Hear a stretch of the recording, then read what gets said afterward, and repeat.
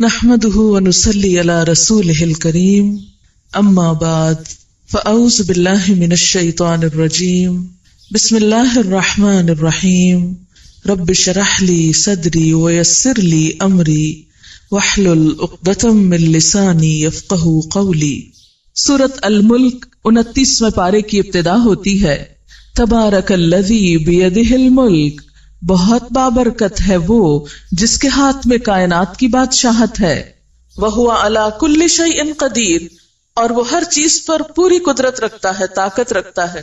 الذی خلق الموت والحیات، جس نے زندگی اور موت کو پیدا کیا۔ کیوں پیدا کیا؟ لیبلوکم، تاکہ وہ تم کو آزما کر دیکھے، تمہارا امتحان لے۔ کس بات کا امتحان؟ ایکم احسن عملا، کہ تم میں اچھے کام کرنے والا کون ہے، اور وہ غالب اور بخشنے والا ہے۔ جس نے 7 آسمان اوپر تلے بنائے، تو اے دیکھنے والے، اللہ رحمان کی پیدائش میں کوئی بے ضابطگی تم نہ پاؤ گے۔ دوبارہ نظریں ڈال کر دیکھو، کیا کوئی شگاف نظر آتا ہے؟ پھر دوہرا کر دیکھو، بار بار دیکھو، تمہاری نگاہ تھک کر نامراد پلٹ آئے گی۔ بے شک ہم نے آسمان دنیا کو چراغوں یعنی ستاروں سے آراستہ کیا، اور انہیں شیاطین کے مار بگانے کا ذریعہ بھی بنایا، اور شیطانوں کے لیے ہم نے دوزخ کا جلانے والا عذاب تیار کر دیا، اور اپنے رب کے ساتھ کفر کرنے والوں کے لیے جہنم کا عذاب ہے، اور وہ کیا ہی بری جگہ ہے۔ جب اس میں یہ ڈالے جائیں گے تو اس کی بڑے زور کی آواز سنیں گے، اور وہ جوش مار رہی ہوگی، قریب ہے کہ غصے کے مارے پھٹ جائے۔ جب بھی اس میں کوئی گروہ ڈالا جائے گا، اس سے جہنم کے داروغے پوچھیں گے، کیا تمہارے پاس کوئی ڈرانے والا نہیں آیا تھا؟ وہ جواب دیں گے، بے شک آیا تھا، لیکن ہم نے اسے جھٹلا دیا، اور ہم نے کہا کہ اللہ تعالیٰ نے کچھ بھی نازل نہیں کیا، تم بہت بڑی گمراہی میں ہو۔ اور وہ کہیں گے، کاش ہم سن لیتے یا ہم عقل سے کام لیتے تو آج اس جلتی ہوئی بھڑکتی ہوئی آگ کے سزاواروں میں شامل نہ ہوتے، اور یوں وہ اپنے گناہوں کا اعتراف کر لیں گے۔ بس لعنت ہو دوزخ والوں پر۔ اس وقت میں نے آپ کے سامنے چند آیات سورۃ الملک کی پڑھی ہیں۔ سورۃ الملک کی فضیلت آپ سب جانتے ہیں، یہ قرآن پاک کی اہم ترین سورتوں میں سے ایک سورت ہے۔ اس کی فضیلت میں متعدد احادیث آتی ہیں۔ اس میں سے ایک حدیث ہے کہ نبی صلی اللہ علیہ وسلم نے فرمایا، اللہ کی کتاب میں ایک سورت ہے جس میں صرف 30 آیات ہیں، یہ آدمی کی سفارش کرے گی یہاں تک کہ اس کو بخش دیا جائے گا، یعنی جو شخص اس کو پڑھے گا اس کے لیے یہ سورت سفارشی بنے گی۔ اسی طرح ایک دوسری روایت میں ہے، قرآن مجید میں ایک سورت ہے جو اپنے پڑھنے والے کی طرف سے جھگڑا کرے گی حتیٰ کہ اسے جنت میں داخل کرائے گی۔ ایک اور روایت میں آتا ہے کہ نبی صلی اللہ علیہ وسلم رات کو سونے سے قبل سورۃ الف لام میم السجدہ اور سورہ ملک ضرور پڑھا کرتے تھے۔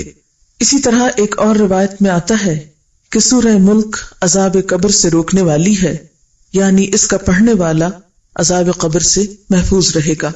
سوال یہ پیدا ہوتا ہے کہ آخر اس سورت میں کون سی ایسی بات ہے کہ جس کی وجہ سے، جس کے پڑھنے سے انسان کی بخشش ہوگی، اور وہ سورت انسان کے لیے جھگڑا کرے گی اور اسے جنت میں داخل کرائے گی؟ حالانکہ کلام تو سارا اللہ تعالیٰ کا ہے، سارا اسی نے اتارا، جبریل علیہ السلام لے کر آئے، محمد صلی اللہ علیہ وسلم پر اتارا گیا، تو پھر ایسا کیوں ہے کہ کچھ صورتوں کو بعض صورتوں پر معنی کے اعتبار سے یا ان کے جو تاثیر ہے اس کے اعتبار سے زیادہ فوقیت حاصل ہے؟ تو اس کی بنیادی وجہ یہ ہے کہ کچھ صورتوں کے اندر اتنا پر اثر اور اتنا جامع مضمون بیان کیا گیا ہے کہ واقعی اگر کوئی شخص اس کو سمجھ کر پڑھنے والا ہو تو ہو نہیں سکتا کہ اس کا عمل نہ بدلے، یعنی وہ انسان کی زندگی میں ایک ایسا زبردست رول پلے کرتی ہے کہ ان صورتوں کو روز پڑھنے والا، ان پہ غور و فکر کرنے والا کچھ نہ کچھ اپنے عمل میں ضرور تبدیلی کرتا ہے۔ اور جب انسان نیکی کے راستے پہ چل پڑتا ہے تو انسان ہونے کے ناطے چھوٹی موٹی خطائیں، کمزوریاں، کوتاہیاں جو ہم میں سے ہر ایک کے ساتھ ہیں وہ پھر اگنور کر دی جاتی ہیں۔ تو آئیے دیکھتے ہیں کہ اس صورت میں کیا بتایا گیا ہے۔ فرمایا تبارک الذی بیدہ الملک، بہت بابرکت ہے وہ ذات جس کے ہاتھ میں پوری بادشاہت ہے۔ یعنی اللہ تعالی کا تعارف کروایا جا رہا ہے کہ اللہ تعالی وہ ہستی ہے جس نے اس کائنات کو پیدا کیا، پھر وہ اس کو چلا بھی رہا ہے، اور اس کے سارے معاملات اس کے ہاتھ میں ہیں، ہر چیز اس کے اذن سے ہوتی ہے، پوری بادشاہت کا وہ مالک ہے، اور ایسا مالک کہ وَهُوَ عَلَى كُلِّ شَيْءٍ قَدِيرٌ، وہ ہر چیز پر پوری قدرت بھی رکھتا ہے، ہر چیز پر اس کی طاقت بھی ہے۔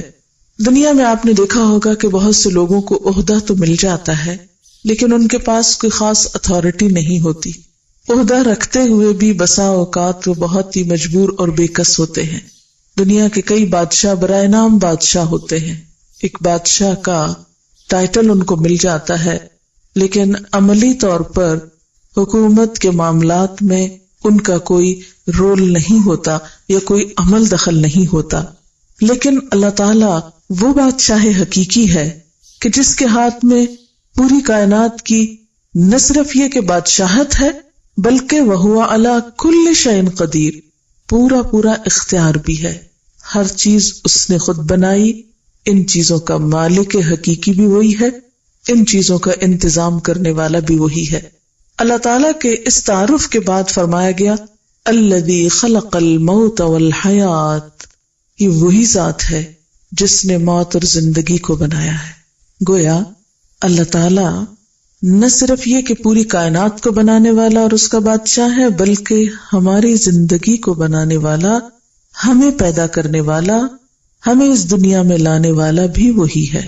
الذی خلق الموت والحیات، سوال یہ پیدا ہوتا ہے کہ پہلے موت کا لفظ آیا ہے بعد میں زندگی کا لفظ آیا ہے، ایسا کیوں ہے؟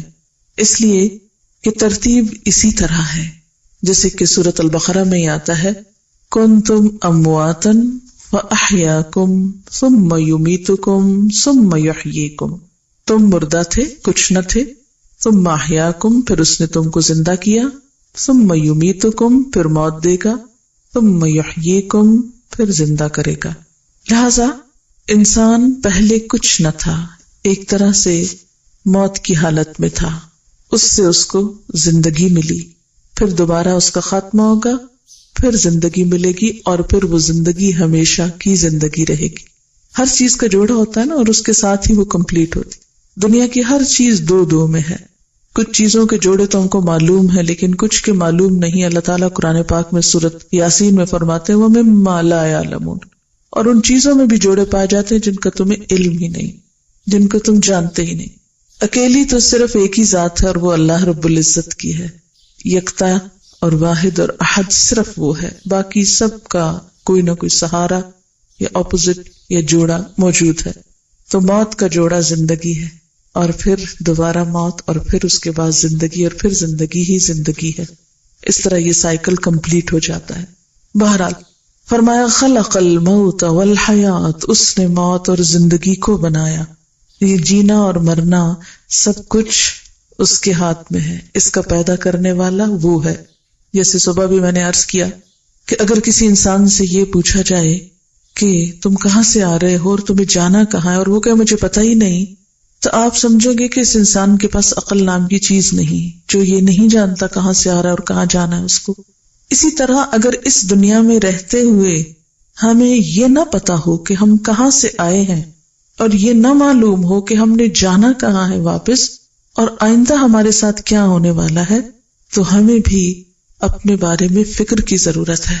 ہمیں اتنا تو معلوم ہے ہم کہاں سے آئے، ہم سب یقین اور ایمان رکھتے ہیں کہ اللہ تعالیٰ نے ہم کو پیدا کیا، اور سرسری سا یہ بھی جانتے ہیں کہ ہمیں واپس بھی اسی کی طرف جانا ہے۔ جب کوئی فوت ہوتا ہے تو ہم کہتے ہیں انا للہ و انا الیہ راجعون، بے شک ہم اللہ کے لیے ہیں اور اسی کی طرف لوٹ کر پلٹ کر جانے والے ہیں۔ تو اس سے کیا پتہ چلتا ہے کہ جہاں سے آئے ہیں وہیں واپس جانا ہے ہم کو۔ لیکن یہ آنا اور جانا کس کی مرضی سے ہوا؟ ہماری اپنی مرضی سے نہیں۔ ہم دنیا میں پیدا ہوئے تو ہم سے پوچھا نہیں گیا تھا، ہم جب واپس جائیں گے تو ہم سے پوچھا نہیں جائے گا کہ تم آج جانا چاہتے ہو یا نہیں، بس جانا ہے، چلے جانا ہے، اسی کا حکم چلتا ہے۔ لہذا جو رب ہمیں لاتا ہے اور جو لے جاتا ہے، جس کی مرضی سے ہم آئے ہیں اور جس کی مرضی سے واپس جانا ہے، عقل مند انسان وہ ہے جو بیچ کے حصے میں بھی اللہ کی مرضی مان لے۔ یعنی آنے اور جانے کے بیچ میں جو ہمیں اختیار دیا گیا ہے، ہمیں مرضی کرنے دی گئی ہے، اس میں ہم اپنی خوشی، اپنی رضامندی اور اپنی مرضی کے ساتھ اللہ تعالی کی طرف رجوع کریں اور اس کی طرف پلٹیں۔ کامیابی انہی لوگوں کے لیے ہے جو اپنی خوشی سے رب العزت کی طرف رجوع کرتے ہیں۔ تو فرمایا الذی خلق الموت والحیات، جس نے موت اور زندگی کو بنایا۔ کیوں بنایا؟ یہ درمیان کا حصہ ہمیں کیوں ملا، یہ زندگی کیوں ملی؟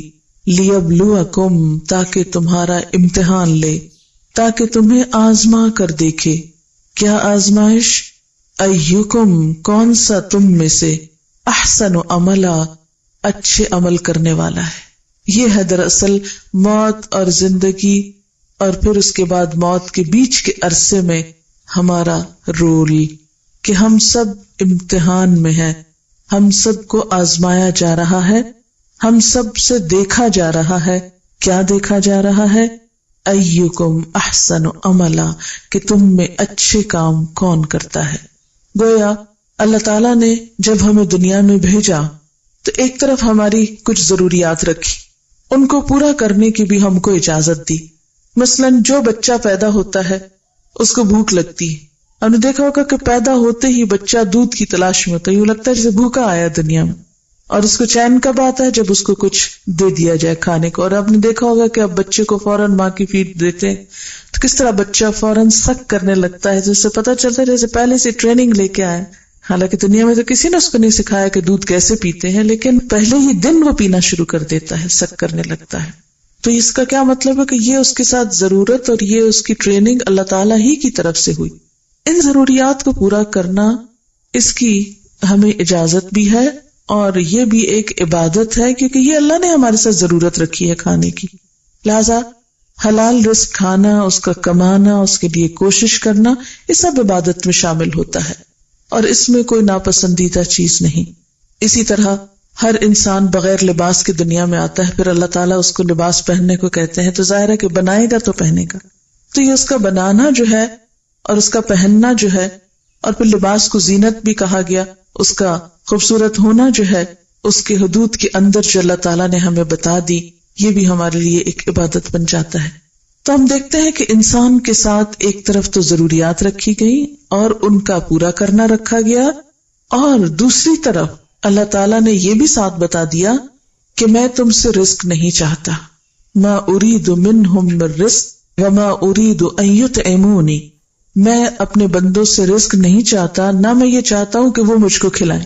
اس لیے اگر ہم کماتے ہیں، اگر ہم پکاتے ہیں، اگر ہم کھاتے ہیں، تو یہ دراصل اپنی ضرورت پوری کرنے کے لیے سب کچھ کر رہے ہیں۔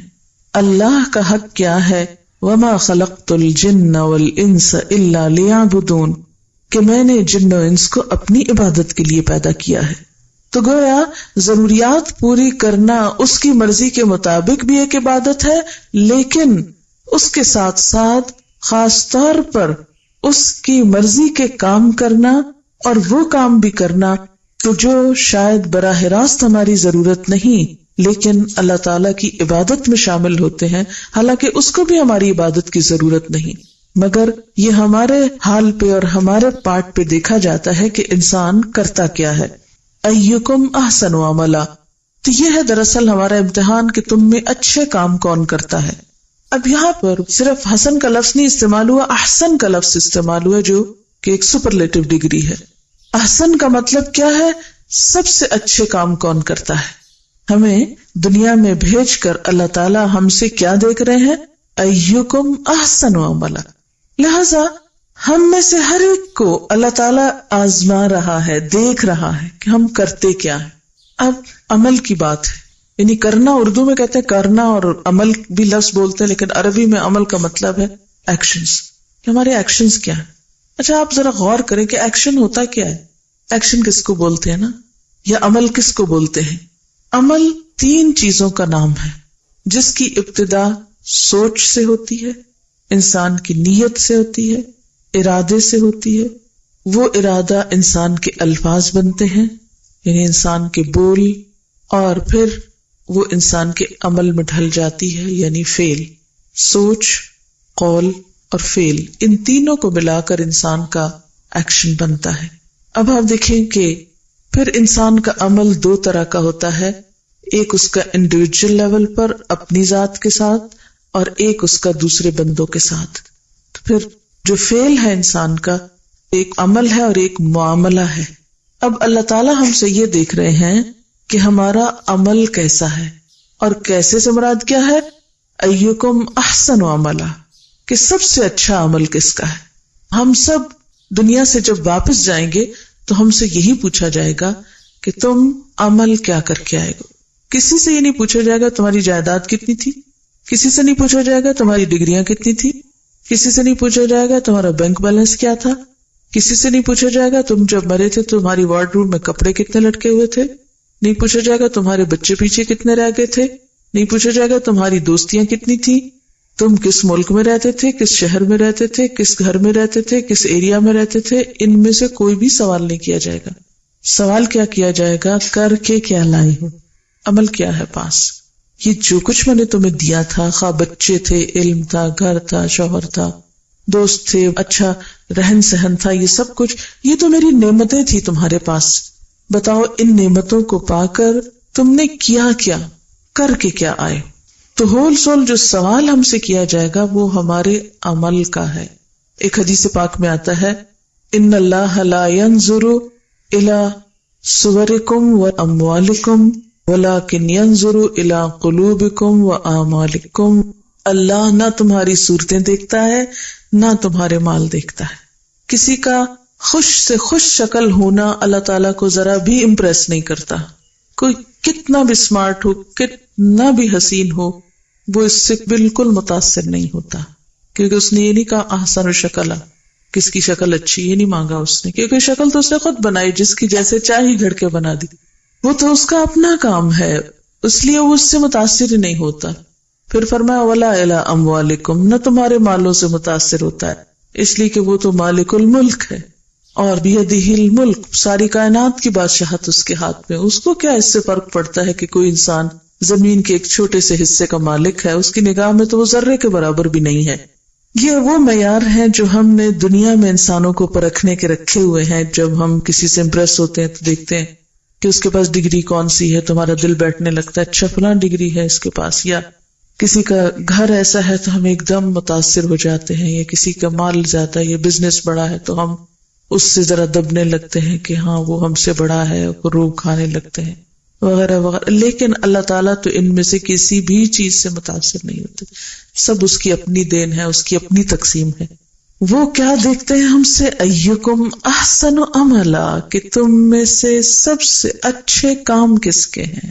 اسی لیے ان اکرمکم عند اللہ اتقاکم، تم میں اللہ کے نزدیک سب سے زیادہ عزت والا وہ ہے جس کے اندر تقویٰ زیادہ ہے، جس کے اندر خدا کا خوف زیادہ ہے۔ اگر کسی کے دل میں خدا کا خوف نہیں تو وہ اللہ تعالیٰ کے نزدیک کچھ بھی وقت نہیں رکھتا، کوئی بھی اہمیت نہیں رکھتا۔ وَلَكِنْ يَنْظُرُ إِلَىٰ قُلُوبِكُمْ، وہ تو تمہارے دلوں کو دیکھتا ہے، تمہارے دل کیسے ہیں، وَأَعْمَالِكُمْ، اور تمہارے اعمال کو دیکھتا ہے۔ تو پھر وہیں سے بات آ جاتی ہے کہ اعمال کس طرح بنتے ہیں۔ سب سے پہلی چیز اس میں انسان کی سوچ آتی ہے کہ کوئی بھی کام کیا کیوں ہے، کس نیت سے کیا ہے، کس غرض سے کیا ہے، کس سوچ سے کیا ہے۔ مثلاً ایک شخص اگر کعبۃ اللہ بھی جاتا ہے اور اس کو بیت اللہ کے اندر نماز کی اجازت مل جاتی، بہت بڑی نیکی ہمارے نزدیک، شاید اس سے بڑی کسی نیکی کا تصور نہیں۔ ہم بہت خوش قسمت سمجھیں گے اس کو کہ جس کو وہاں سے بلاوا آ جائے اور پھر اللہ کے گھر کے اندر اس کو نماز پڑھنے کا موقع ملے، بہت کم لوگوں کو ملتا ہے، یعنی خانہ کعبہ کے جو کمرہ ہے اس کے اندر۔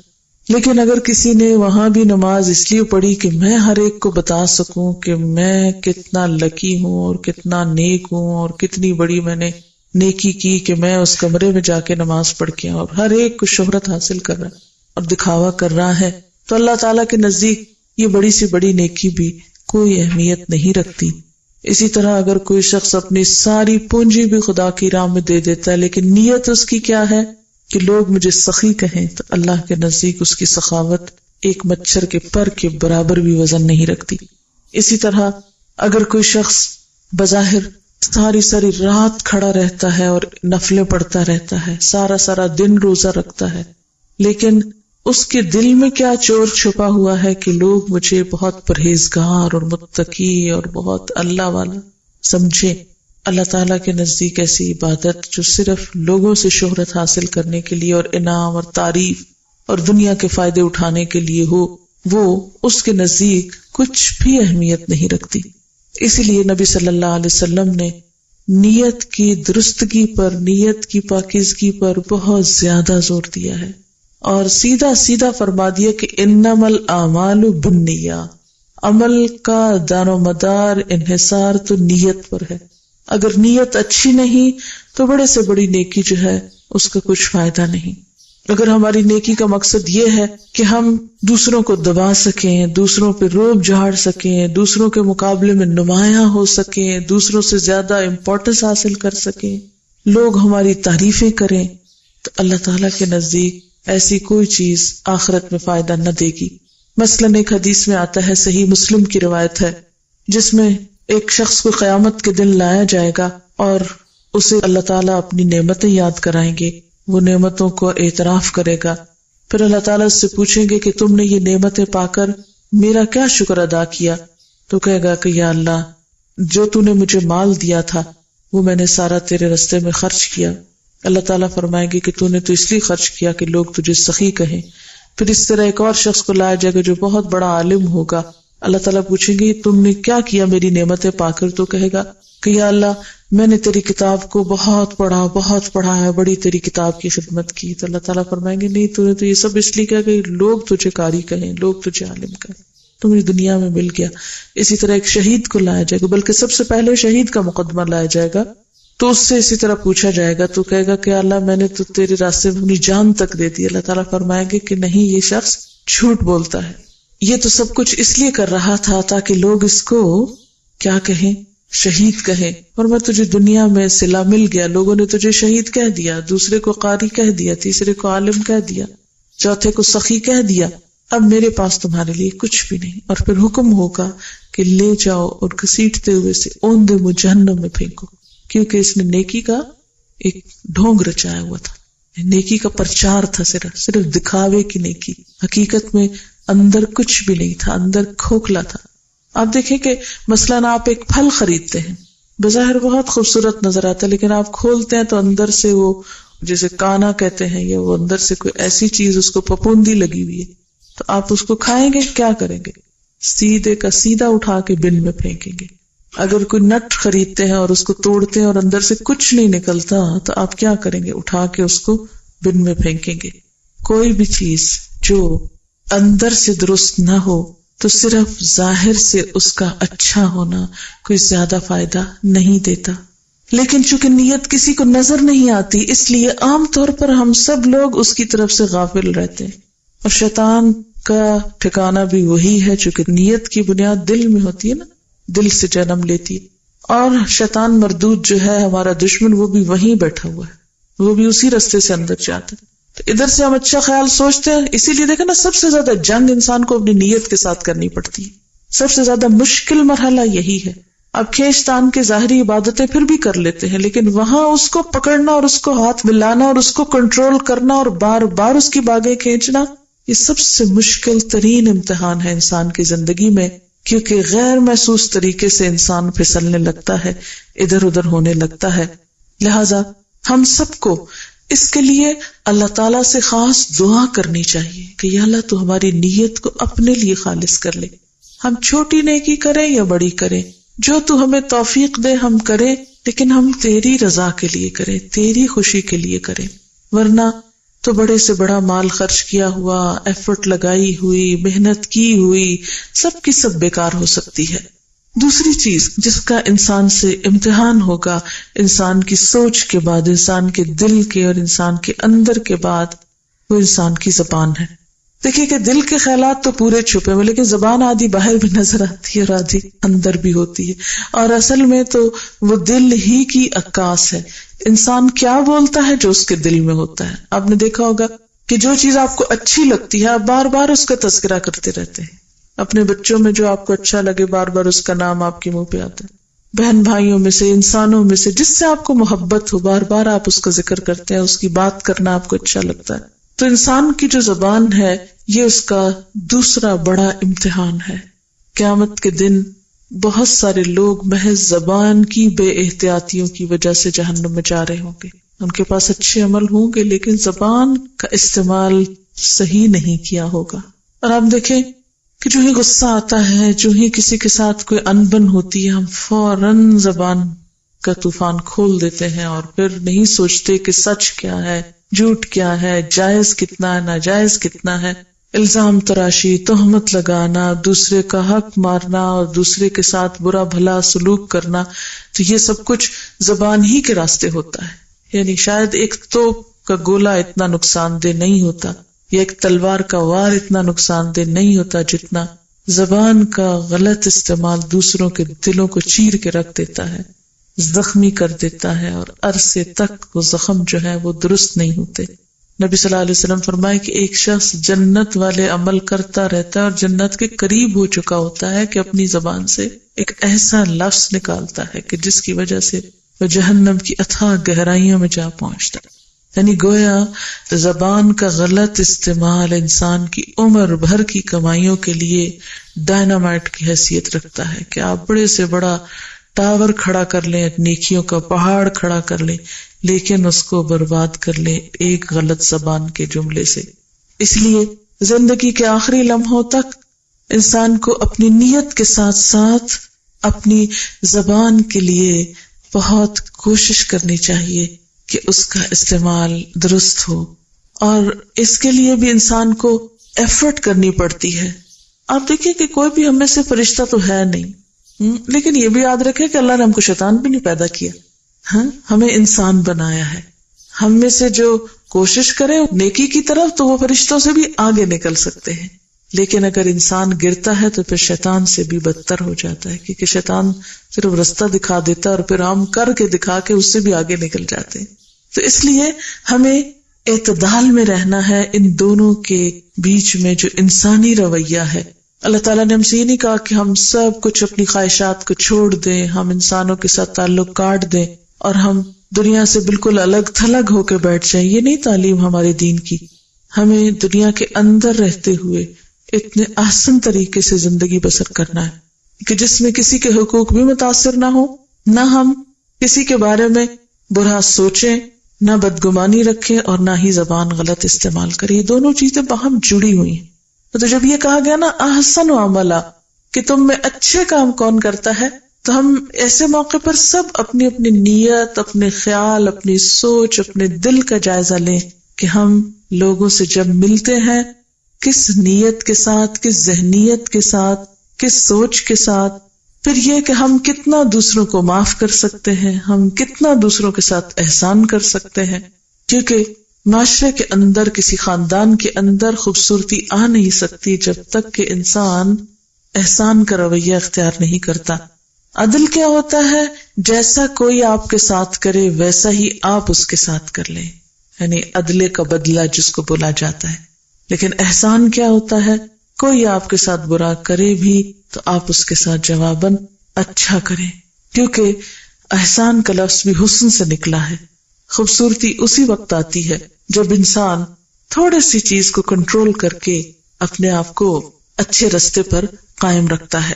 تیسری چیز جب یہ کہے گی کہ ایکم احسن عملا، کہ تم میں سب سے اچھے کام کون کرتا ہے، تو اس میں پھر انسان کی ذاتی عبادات بھی آ جاتی ہیں اور انسان کے انسانوں کے ساتھ رویے بھی آ جاتے ہیں.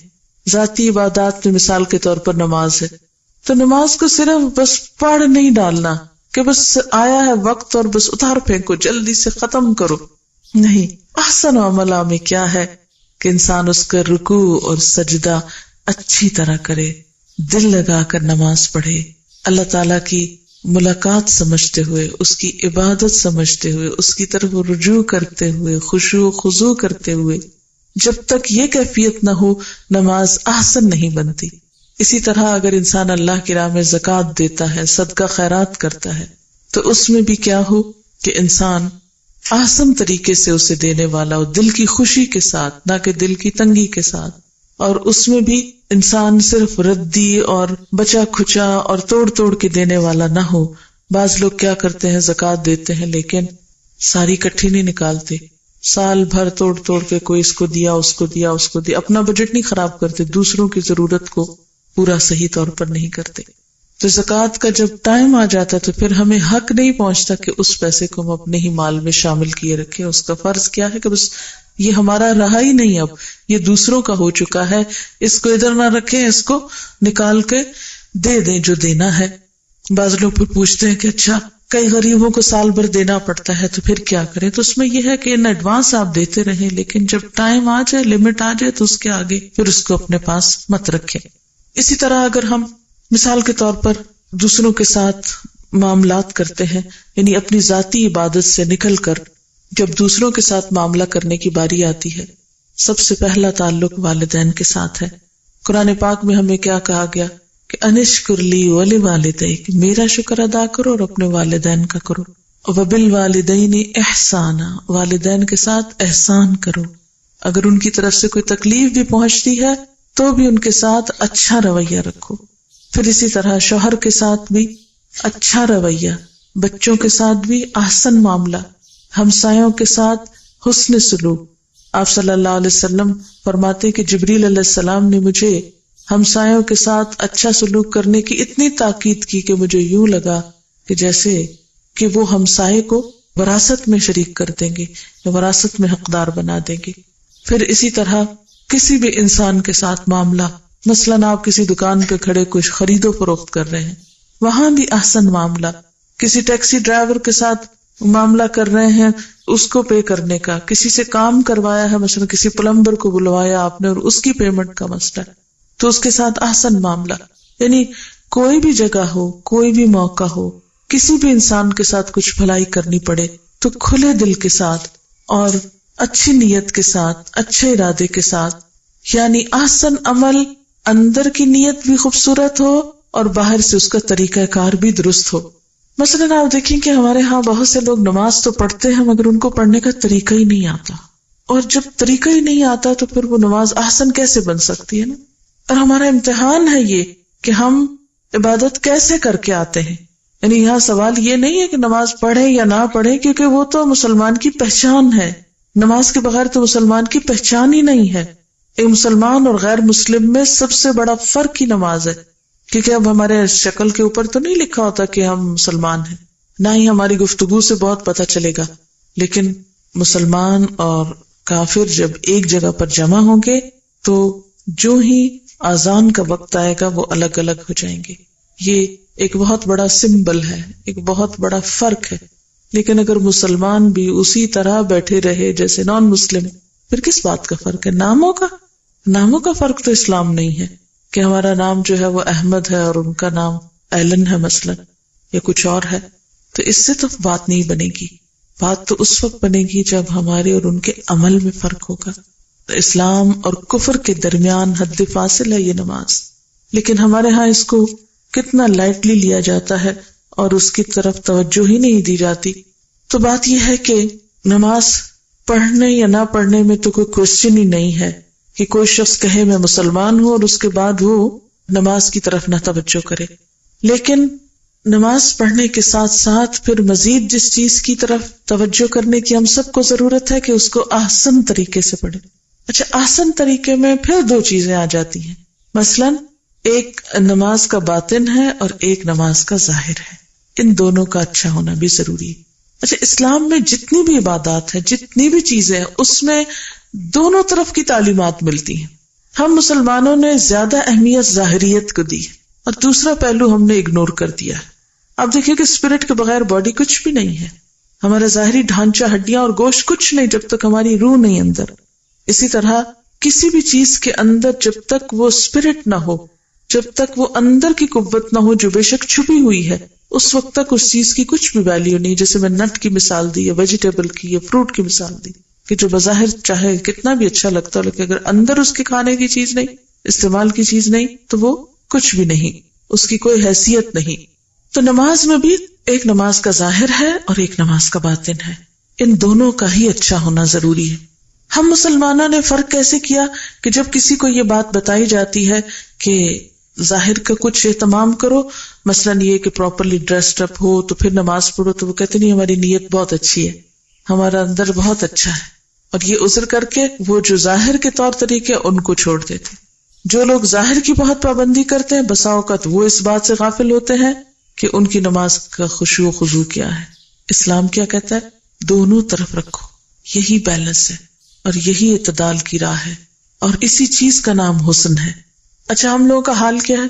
جب ہم دنیا کی طرف نکلتے ہیں تو ہم دین کو بالکل بھول جاتے ہیں، اس کو کہتے ہیں یہ اتنا نیسیسری نہیں. اچھا پھر کیا ہوتا ہے کہ ہم دین کی طرف نکلے تو دنیا سے بالکل ہی غافل ہو گئے.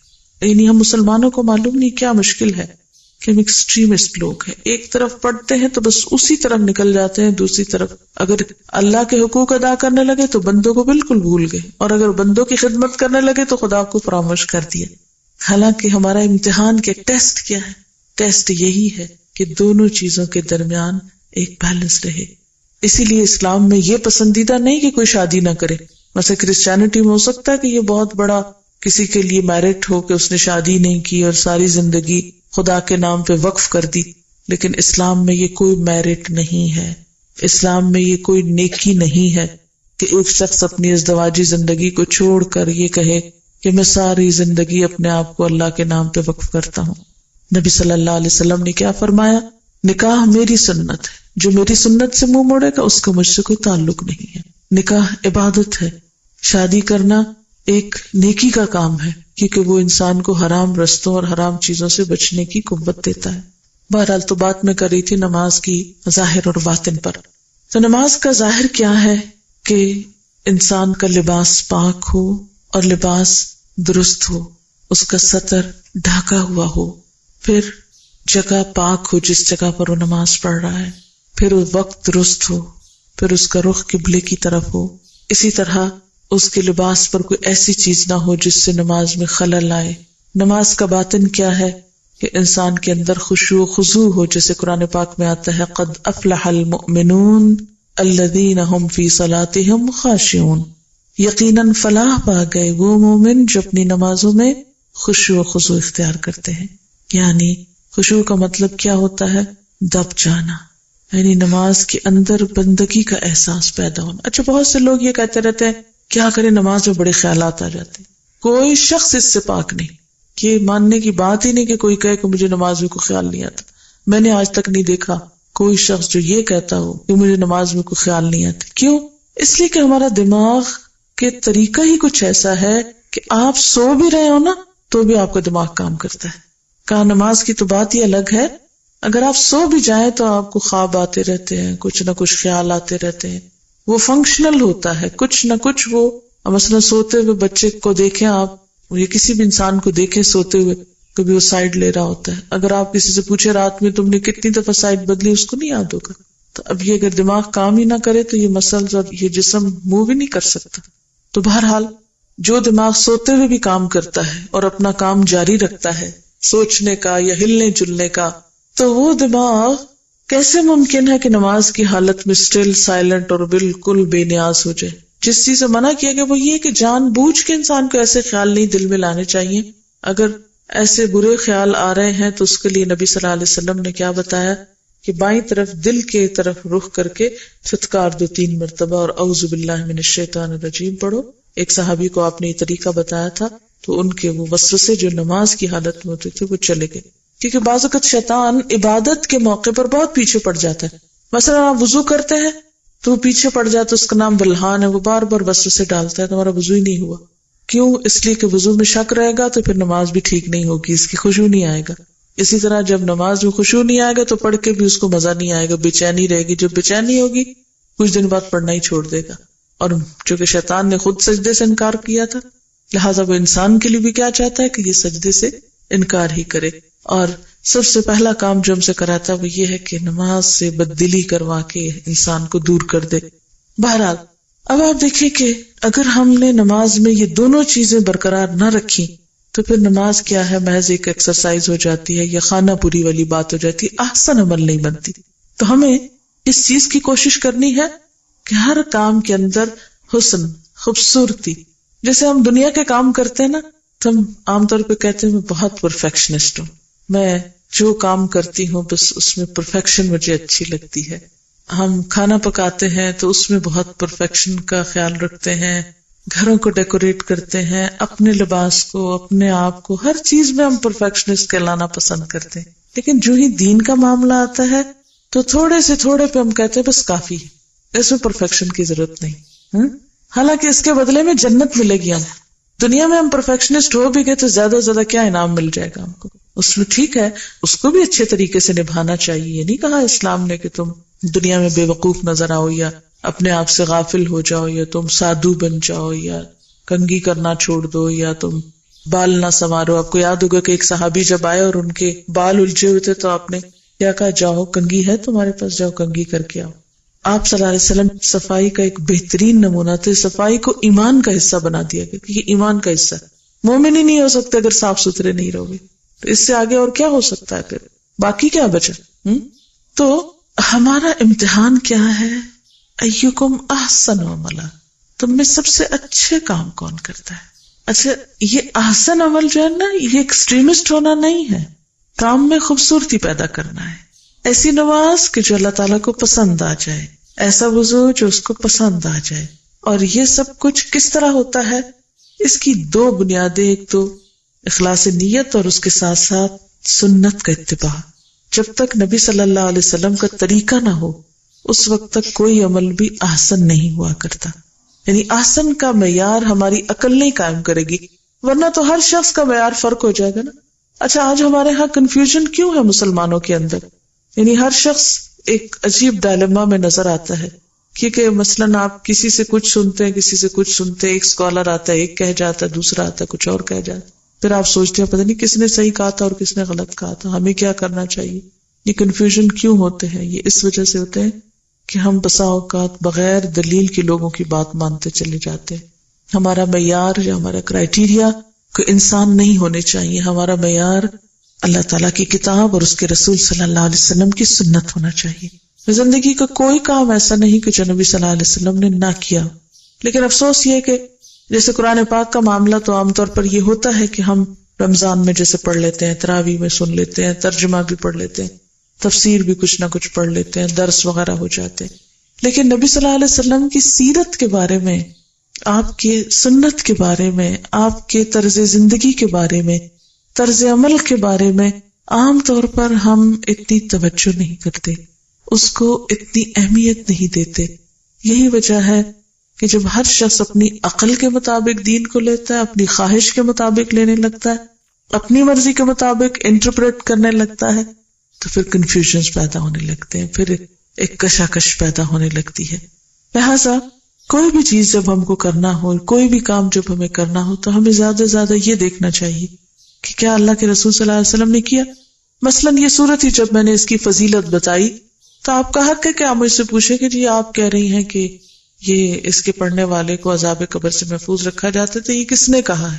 میری تو کوئی اتھارٹی نہیں کہ میں آپ کو ایسی کوئی بات سنا دوں، یہ اللہ کے رسول صلی اللہ علیہ وسلم ہی کی اتھارٹی ہے. اچھا، اسی طرح ہم دیکھتے ہیں کہ بہت سے لوگ حج کرنے کے جاتے ہیں لیکن ان کو پتہ ہی نہیں ہوتا حج کیا کرنا ہے. وہ جیسے لوگ کر رہے ہوتے اور ایک کنفیوژن میں جاتے ہیں، کنفیوژن میں واپس لوٹ آتے ہیں. حج کر کے آپ کو کہتے ہیں، وہ اصل میں کئی لوگوں کو پوچھتی ہوں کہ دوسرا حج کیوں کر رہے ہو؟ کہتے ہیں وہ جو پہلے کیا تھا نا اس وقت تو سمجھ ہی نہیں تھی کہ کیا کرنا ہے، آپ ذرا دوسرا تسلی سے کرنے کے لیے جا رہے ہیں، آسن کی کیٹیگری میں کرنے کے لیے جا رہے ہیں. تو اب ہر شخص کو تو موقع نہیں مل سکتا کہ 2 دفعہ حج کرے یا 2 دفعہ ایک کام کرے. تو اس لیے بہتر کیا ہے کہ جو کام آپ کرنے لگے اس کے بارے میں جان لیں، اس کے بارے میں معلوم کر لیں. اپنی زندگی کا، اپنے وقت کا مینجمنٹ اس طرح کرے، تقسیم اس طرح کرے کہ اپنے کھانے پینے کے لیے، خریدنے کے لیے، اوڑھنے پہننے کے لیے، رشتہ داروں دوستوں کے لیے، کمائی کرنے کے لیے بھی وقت ہو، اور اس کے ساتھ ساتھ ان سارے کاموں کی لسٹ میں ایک لازمی کام دین سیکھنے کا بھی ہو. کیونکہ احسن عمل اس وقت تک نہیں ہو سکتا جب تک ہم اس کو صحیح طور پر سیکھیں گے نہیں. صرف کتاب سے پڑھنا سیکھنا نہیں کہلاتا جب تک کسی کرنے والے سے کر کے نہ دیکھا جائے یا کروا کے نہ دیکھا جائے. مثلا کوئی ریسیپی جب آپ کسی کتاب سے دیکھ کے اس کو تیار کرتے ہیں، ہاں اس کے ساتھ تصویریں دی ہوئی ہوتی ہیں، میجرمنٹس دیے ہوئے ہوتے ہیں، سب کچھ ہوتا ہے، لیکن وہ ٹیسٹ نہیں آتا یا وہ کانفیڈنس نہیں آتا جتنا کہ آپ کسی بنانے والے کو بناتے ہوئے دیکھ کر بنا لیتے ہیں. مثلاً اگر آپ اپنی بچیوں کو یہاں پر روٹی بنانے کا طریقہ لکھ کر بتائیں یا زبانی سمجھائیں کہ آٹا لے کر اس میں اتنا پانی ڈالتے ہیں، یوں گوندتے ہیں، یوں پیڑا بنتا ہے، یوں روٹی باریک ہوتی، یوں بیلنے پہ گول ہوتی ہے، پھر اتنی ہیٹ میں جو ہے وہ چولہا جلایا جاتا ہے، پھر اس کے اوپر پکائی جاتی ہے، پھر یوں پلٹی جاتی، یوں پھلائی جاتی، یوں اتاری جاتی ہے. تو آپ جتنی مرضی زبانی کہانی کریں، سوال ہی پیدا نہیں ہوتا کہ وہ اس کو صرف زبانی سن کے وہ کر ڈالیں. کیا ہوگا؟ ہو سکتا ہے آٹا بہت سخت رکھتے ہیں، ہو سکتا ہے بہت پتلا کر دیں، ہو سکتا ہے پیڑا صحیح نہ بنے، اس کو بال بنا کے رکھتے ہیں، ہو سکتا ہے کہ بیلنا نہ آئے، ہو سکتا ہے کہ توا ٹھنڈے پہ ڈال دیں اور وہ چمٹ جائے، ہو سکتا ہے کہ تیز آگ ہو اور وہ جل جائے، اور ہو سکتا ہے کہ وہ کچی کچی پلٹاتے رہیں جس سے کوئی سائڈ بھی صحیح نہ پکے. تو یہ آپ نے اگر سکھائی ہے چپاتی بنانا تو آپ نے کیسے سکھائی نا، ایک ایک سٹیپ کر کے دکھایا. اسی طرح نبی صلی اللہ علیہ وسلم نے ایک ایک کام کر کے دکھایا اور پھر وہ ایک ایک ڈیٹیل اس کی محفوظ ہے.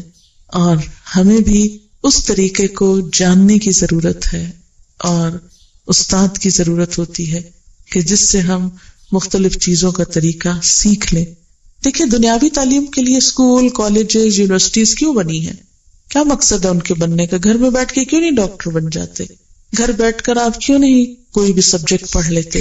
اسکول کا مقصد ہی یہ ہوتا ہے کہ وہاں جا کر مل بیٹھ کر ایک دوسرے کے ساتھ ایک کمپٹیشن بھی ہو جاتا ہے، ایک دوسرے کے ساتھ ڈسکشنز ہوتی ہیں، ایکسچینج آف آئیڈیاز ہوتے ہیں، تو وہ کام کرنا آسان ہو جاتا ہے. اسی طرح یہ ہے کہ آپ لوگ بھی اپنے لیے ایسی پلاننگ کریں کہ جس میں آپ دین کو باقاعدہ تھوڑا تھوڑا سیکھیں. میں نہیں کہتی کہ روز ہی آپ کوئی ایسی کلاسز شروع کریں یا روز ہی آپ بیٹھیں. اگر آپ ہفتے میں ایک دن بھی 2 گھنٹے کا 2.5 گھنٹے کا ایسا سیشن رکھتے ہیں کہ مثلاً آپ زکوٰۃ کا ٹاپک رکھ لیں اور زکوٰۃ کے بارے میں جو بھی چیزیں ہیں ساری کی ساری آپ کے ذہن میں ایک طرح سے واضح ہو جانی چاہیے، تاکہ اگر آپ ان لوگوں میں شمار ہوتے ہیں جنہیں زکوٰۃ دینا ہے تو آپ دے سکیں. میں کبھی کبھی سوچتی ہوں کہ ہم لوگ دنیا کے معاملے میں کتنے پرٹیکولر ہیں کہ ٹیکس ادا کرنے کے لیے پورا علم لوگوں کو پتا ہوتا ہے، کہاں سے کیا بچت ہو سکتی ہے. ایک ایک کھانا جو ہے اس کو پراپر طریقے سے فل کرنا پڑتا ہے، اس کی انٹریز کرنی پڑتی ہیں اور اس میں کتنے پرٹیکولر ہوتے ہیں. لیکن زکوٰۃ کے معاملے میں نہ تو کوئی ہم مسلمانوں نے پروفارما بنایا ہے، نہ کوئی کویسچنئر ہے، نہ کوئی ایسا ڈاکیومنٹ ہے کہ جسے ہم تیار کر کے تو ہر ایک کو دے سکیں کہ یہ ہے آپ کس کیٹیگری میں فال کرتے ہیں، اے میں کرتے ہیں، بی میں کرتے ہیں، سی میں کرتے ہیں. اور پھر اس کے بعد ہر شخص اپنے آپ کا خود سیلف اسیسمنٹ کر کے دیکھ لے، کیونکہ اس قسم کی کوئی ٹریننگ ہی نہیں ہے. آپ دیکھیں ایک چارٹرڈ اکاؤنٹنٹ بننے کے لیے کتنے سال پڑھائیاں کی جاتی ہیں اور کتنی محنت کی جاتی ہے، لیکن علم وراثت کو جاننے والے کتنے لوگ ہیں جو موجود ہوں گے. ایسا نہیں کہ مسلمانوں میں دماغ موجود نہیں، لیکن افسوس یہ کہ اس کی طرف توجہ نہیں، اس کی اتنی اہمیت نہیں. لیکن ہم توجہ نہ بھی کریں، اہمیت نہ بھی دیں تو بھی امتحان میں تو پڑ گئے. اب ایک طالب علم کمرہ امتحان میں ہوتے ہوئے اگر یہ کہے کہ نہیں مجھے تو کوئی پرواہ نہیں کہ میں پرچہ کیسا کرتا ہوں، صحیح کرتا ہوں یا غلط کرتا ہوں، تو یہ اس کا اپنے دل کو بہلانے کے لیے اچھا خیال ہے، لیکن اسے پتا ہے کہ غلط کام کرنے کی صورت میں کانسیکوینسز کیا ہو سکتے ہیں. آپ دیکھیے کہ اگر آپ گندم بوتے ہیں تو کیا نکلتا ہے، کیا اگتا ہے؟ گندم ہی نکلتی ہے نا، کچھ اور تو نہیں نکلتا، جو تو نہیں نکلیں گے. اگر آپ چاول بوتے ہیں تو آپ چاول ہی کاٹیں گے، جو بوئیں گے وہی باہر نکلے گا. اسی طرح اگر ہم اچھی نماز پڑھیں گے تو اچھا نتیجہ سامنے آئے گا، کوئی بھی عمل اچھا کریں گے تو اچھا نتیجہ آئے گا. اس لیے دین کا معاملہ بھی ایک اہم معاملہ ہے زندگی کا، اور اس کے لیے ہمیں توجہ دینی ہوگی اور اس کی طرف غور و فکر کرنا ہوگا اور اس کے لیے سیکھنا ہوگا، جاننا ہوگا. جیسے نبی صلی اللہ علیہ وسلم فرمایا طلب العلم فریضۃ علی کل مسلم، علم کا حاصل کرنا ہر مسلمان پہ فرض ہے. اور اس میں یہ نہیں کہا کہ نہیں بوڑھے ایگزمپٹڈ ہیں یا جوان یا عورتیں یا بزنس کرنے والے یا فلاں اور فلاں یا دوسرے ملکوں میں رہنے والے. نہیں، ہر مسلمان خواہ وہ دنیا کے کسی بھی حصے میں رہتا ہے، کوئی بھی لباس پہنتا ہے، کوئی بھی رنگ رکھتا ہے، کوئی کھانا کھاتا ہے، کچھ بھی، یہ تو ضروریات زندگی ہے. جہاں آپ پیدا ہوگے آپ خود بخود ویسا ہی کلچر اپنا لیں گے. وہ تو آپ اپنے آس پاس کو دیکھ کر وہ چیزیں تو خود بخود آ جاتی، انسان سیکھ لیتا ہے. لیکن دین ایک ایسی چیز ہے جو خود بخود نہیں آتی، اس کو سیکھنا پڑتا ہے، اس کو جاننا پڑتا ہے، اسے معلوم کرنا پڑتا ہے. اگر آپ اپنے بچوں کو نماز پڑھنے کا طریقہ نہیں سکھائیں گے تو انہیں خود تو نہیں آئے گا، آپ ہی کو سکھانا ہے. اس لیے احسن عمل کرنے کے لیے ہمیں عمل کرنا سیکھنا ہے، ہمیں اس کو جاننا ہے. ٹھیک ہے، میں نہیں کہتی کہ ہر شخص علامہ بنے، ہر شخص عالم یا عالمہ بنے تو تبھی وہ دین پہ عمل کر سکتے، نہیں. جس چیز کی ضرورت پڑتی جائے وہ چیز سیکھتے رہے. مثال کے طور پر آپ بچے کی شادی کرنے لگے تو شادی سے پہلے بتائیں اس کو کہ اگر وہ لڑکا ہے کہ اس کی بیوی کے حقوق کیا ہیں، اگر وہ لڑکی ہے تو اس کے شوہر کے حقوق کیا ہیں، سسرال والوں کے حقوق کیا ہیں. اسی طرح اگر آپ ماں بننے والے ہیں تو آپ کو پتا ہونا چاہیے کہ ماں کی ذمہ داریاں کیا ہیں. اگر آپ بچے ہیں تو آپ کو پتا ہونا چاہیے کہ آپ کے والدین کے حقوق کیا ہیں. اگر آپ کے ہمسائے ہیں تو آپ کو پتا ہونا چاہیے کہ ہمسایوں کے ساتھ کیا کرنا ہے، وغیرہ وغیرہ. یعنی جو ضرورت پڑتی جائے ویسا ویسا انسان سیکھتا چلا جائے. اور اسی لیے کہتے ہیں نا کہ علم حاصل کرو پنگھوڑے سے لے کر قبر تک، ہے نا. ہمارے دین کا تو اصول یہی ہے نا کہ اس کے لیے کوئی ایج لمٹ نہیں ہے کہ جی ہم تو اب بوڑھے ہو گئے اب ہم کیا سیکھیں گے. چھوٹے ہوتے سے لے کر آخر تک، یعنی جس دن ہمارا دنیا سے آخری دن ہے اس دن تک ہمیں کچھ نہ کچھ سیکھتے رہنا. ہو سکتا ہے ابھی کچھ رہ گیا ہو.